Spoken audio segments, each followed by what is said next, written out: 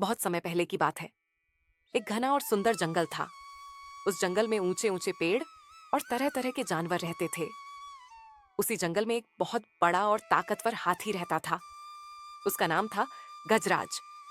गजराज अपने विशाल शरीर, लंबी सूंड और मजबूत दांतों के कारण पूरे जंगल में प्रसिद्ध था। लेकिन गजराज में एक बहुत बड़ी कमी थी। उसे अपनी ताकत पर बहुत घमंड था। वह खुद को जंगल का सबसे महान प्राणी समझता था और छोटे जानवरों को बिल्कुल तुच्छ मानता था। वह अक्सर कहता, इस जंगल में अगर कोई राजा है तो वह मैं हूँ। मुझसे बड़ा और ताकतवर कोई नहीं। जंगल के उसी हिस्से में एक चींटियों का एक परिवार रहता था।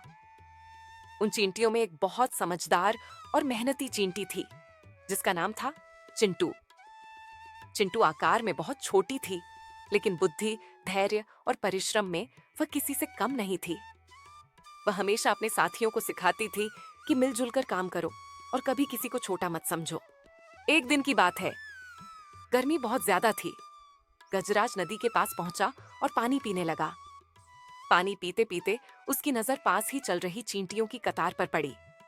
वह जोर से हंस पड़ा। अरे, ये छोटे छोटे जीव भी खुद को कुछ समझते हैं।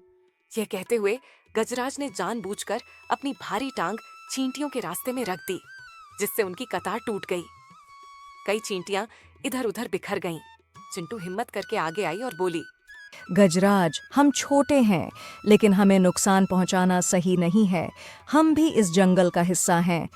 गजराज जोर से हंसा और बोला, तुम जैसे छोटे जीव क्या मुझे सिखाओगे? मैं चाहूं तो तुम्हें एक पल में कुचल सकता हूँ। चिंटू शांत स्वर में बोली, ताकत हमेशा शरीर की नहीं होती, बुद्धि और एकता की भी होती है। कुछ दिनों बाद जंगल में एक बड़ी समस्या आ गई। कुछ शिकारी जंगल में आ पहुंचे। उन्होंने गजराज को पकड़ने के लिए एक गहरा गड्ढा खोद दिया और उसे पत्तों से ढक दिया। अगले दिन जब गजराज जंगल में घूम रहा था, तो अनजाने में वह उसी गड्ढे में गिर गया। गजराज जोर से चिल्लाया। उसने बाहर निकलने की बहुत कोशिश की, लेकिन गड्ढा बहुत गहरा था। उसकी सारी ताकत बेकार हो गई।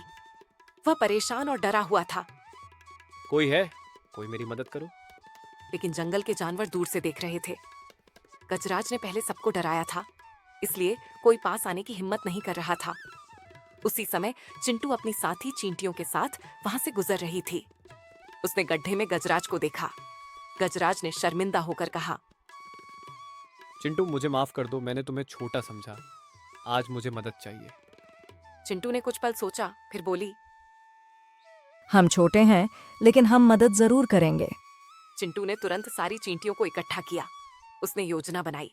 कुछ चींटियां जाकर जंगल के दूसरे जानवरों को बुलाने लगी। उसी समय हाथी के दोस्त शेर, ऊंट सबने मिलकर गजराज को गड्ढे से बाहर निकाल लिया। गजराज बाहर आते ही भावुक हो गया। उसकी आंखों में आंसू थे।